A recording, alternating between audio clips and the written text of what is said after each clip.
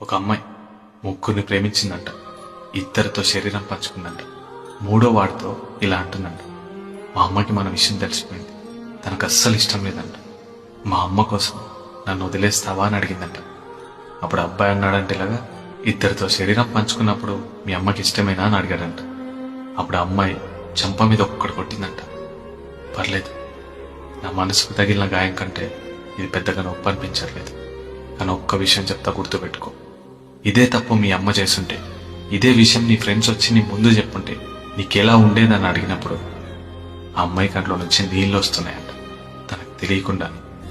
అబ్బాయి అంటున్నాడంటే ఇలాగా, మీ అమ్మతో ఎందుకు పోలుస్తున్నానో తెలుసా, నిన్ను కూడా మా అమ్మలా చూసుకున్నాం కాబట్టి.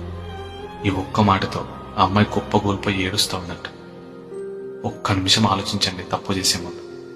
ఇదే సుఖాన్ని మీ అమ్మ కోరుకుంటే, ఇదే విషయం నలుగురు మాట్లాడుకుంటుంటే మీ గుండె ఎంత తరుక్కుపోతుందో. మిమ్మల్ని నిజంగా ప్రేమించిన అబ్బాయి మనసు కూడా మీరు ఇలాంటి తప్పు చేస్తున్నారంటే వాడి గుండె అంతకంటే ఎక్కువగా తరుక్కుపోతుంది. గుర్తుపెట్టుకోండి, తప్పు చేసే ముందు ఆలోచించండి.